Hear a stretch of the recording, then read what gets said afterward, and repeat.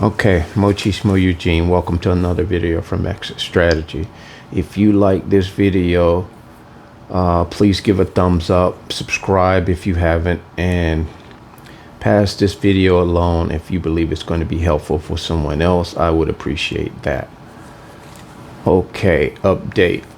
I was talking earlier about the divorce that I didn't know, in fact, if it was final or not. I was just talking about that in my last video. I kind of emphasized it to some degree. But unbeknownst to me, I check my mailbox probably every 2-3 days, maybe once a week. You know, because all there is bills and high pressure salesmen or credit cards that I don't want advertising, wanting me to get in more debt. So I tend to resist that kind of stuff, and I just check my mail on a needed basis. And I actually went and I checked my mailbox today, and I was able to open some of the junk mail, getting to an envelope that was sealed, and I opened it, and it was pretty much two copies of a 2-page finale or finalization of the divorce that I was unsure about.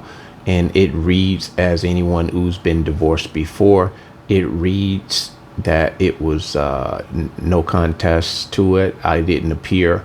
So therefore, the plaintiff was awarded her wishes. And her wishes was just to dissolve the marriage, to get her last name back, and to give me mine back, or to give my name back. And so it read so simple. It read that they're not looking for anything. They don't want anything. We are both able to continue with what we possess, whatever that might be. It read, it was a basically non-contested, basically a generic divorce. And the reasons, or the reason given, was it was irretrievable, or I wish I had it, but I don't want to really, I'm glad I don't have it, because I don't really want to get in detail about different things in there. But it says, to some degree, paraphrasing, that it was irretrievable breakdown of communication. And I was like, wow, did somebody draft that for her? Because a narcissist will never tell the truth. And so by them saying that, that was the God honest truth.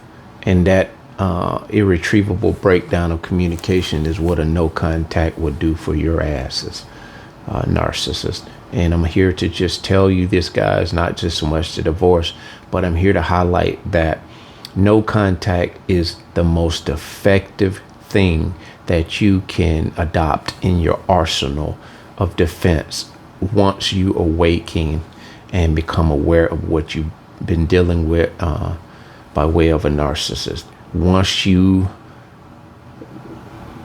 obtain this information freshly awakened, that is the first thing. If you didn't know, go no contact until you can get somewhere to yourself and figure out all the other things that you need to do, whether it pertains to what you are thinking about taking or what they owe you in a divorce proceedings.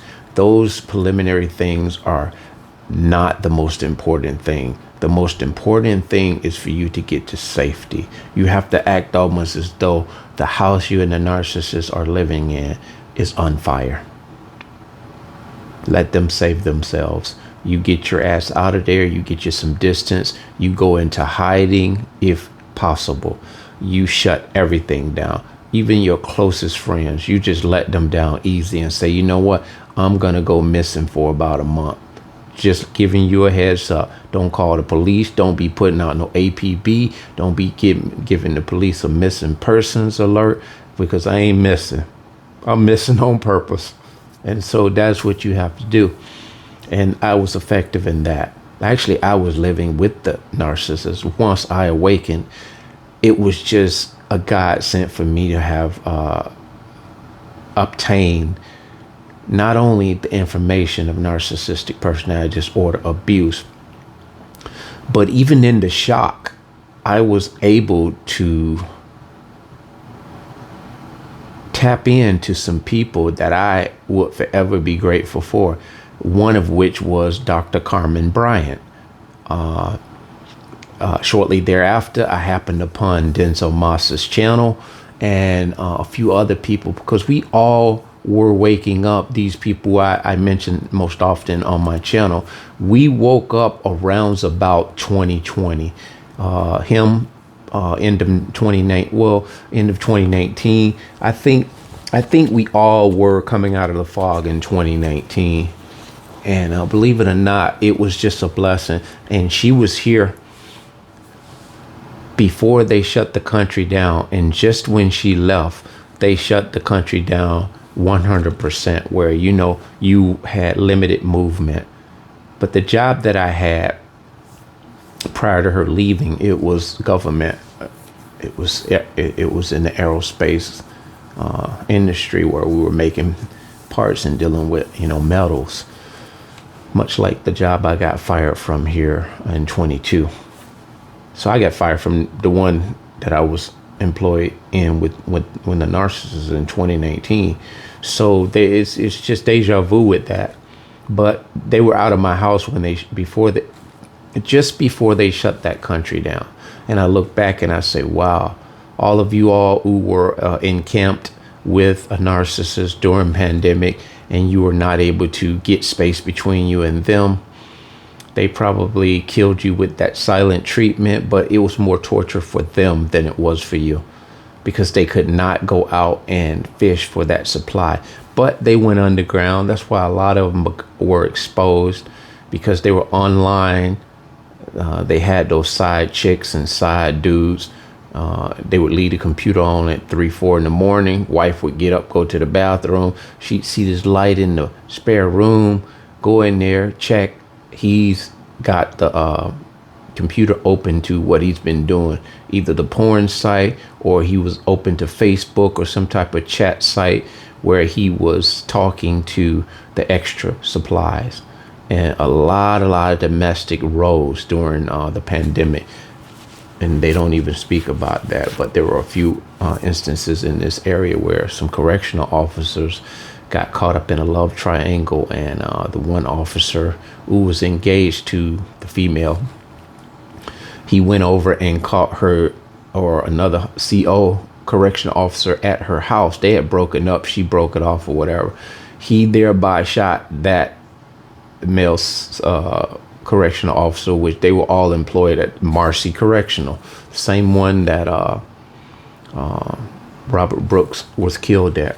And so what happened is the ex-fiance shot the new supply, obviously, shot him. I think he killed him, took the female CO, who was his previous fiance, took her hostage, put her in the car and drove her to his house.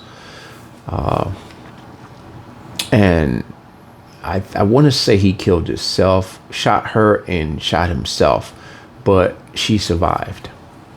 And I'm not sure if the fiance survived, but that was one of many love triangles and, very, very intense domestic violences that were going on, because a narcissist can't cohabitate with you for, long periods of time. They are discarding you. And see, when they're calling the shots, it's easy for them to bob and weave and move around and leave and come back and ghost you.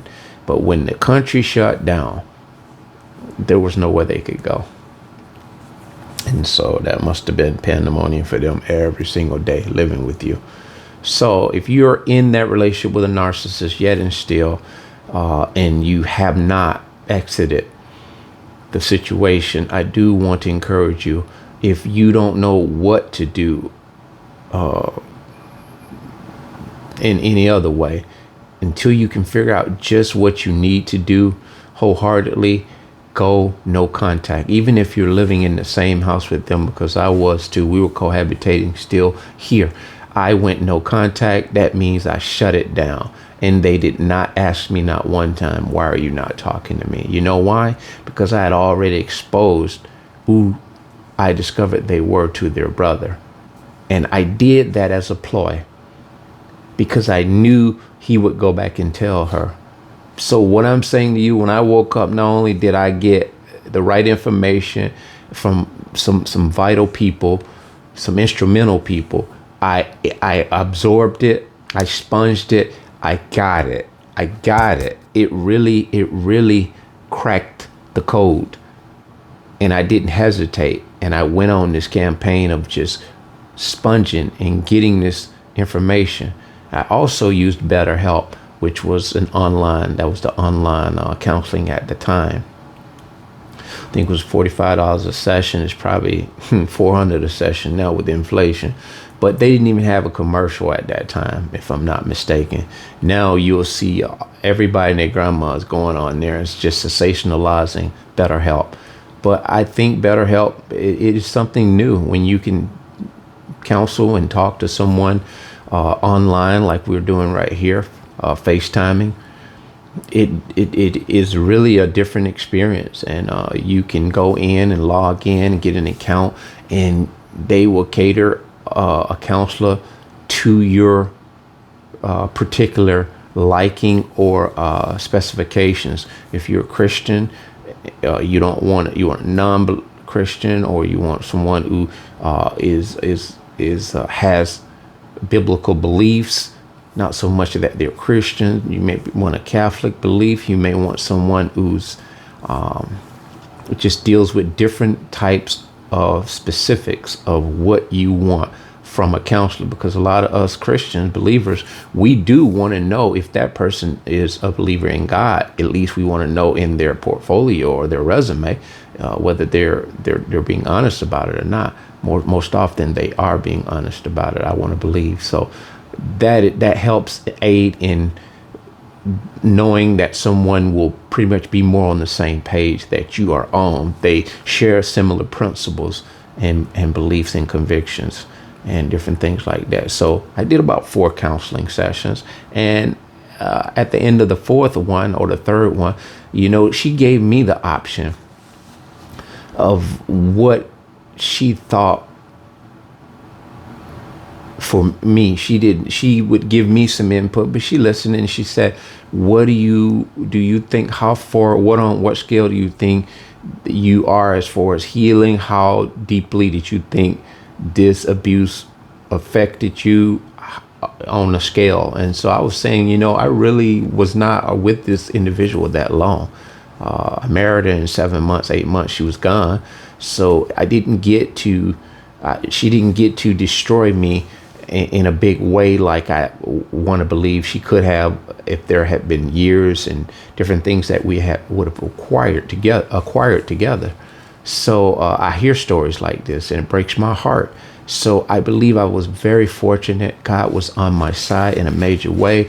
But I think the awakeness and becoming aware and engaged on my part had a big part to do with it too, because the quicker you embrace this knowledge, newfound knowledge that you have of these people, the better it will benefit you. That trauma bond that I supposedly would have had, it was not there. And I tell people I attribute it to the fact that I'm always busy. I was constantly focused and going about my business, even though they tried to distract me and did on many occasions. Relationships prior to her were really jacked up, and a couple of them were similar to her, and I didn't know what they were prior to meeting her. I didn't know about narcissistic personality disorder, and I didn't see any similarities to this narcissist as opposed to those past treacherous relationships, which I now know were narcissists too.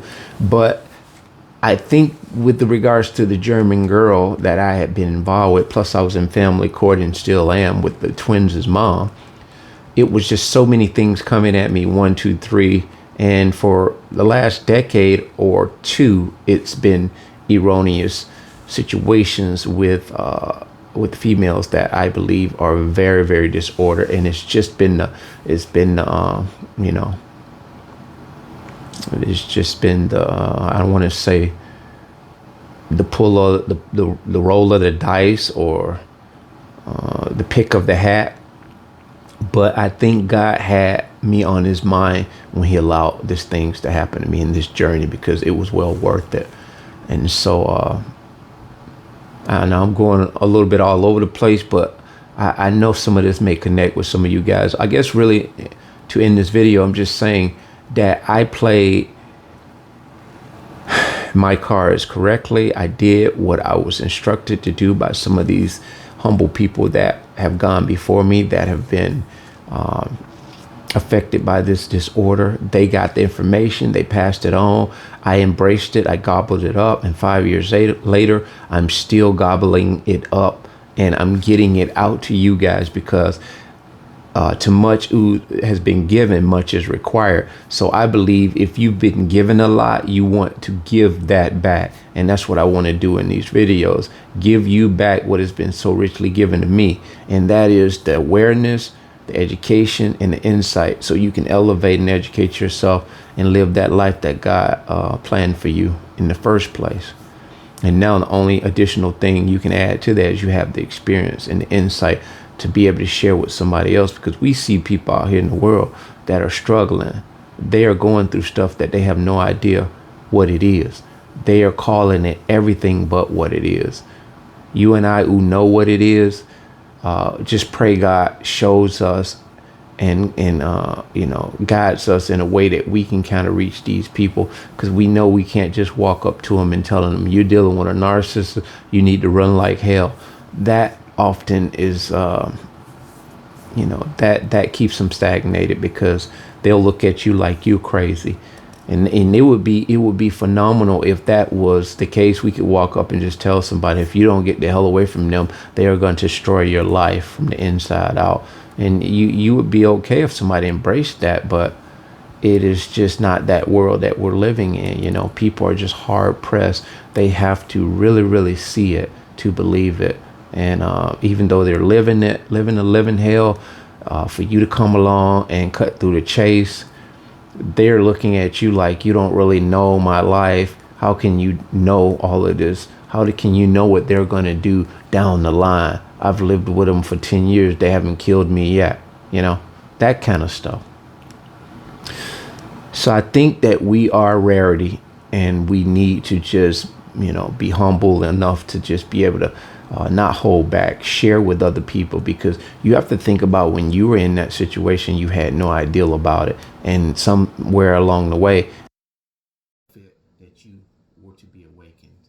And because of that, we owe it all to God. And the way we repay that is by pulling our brothers and sisters from the fire, as the word of God says. So that being said, bless.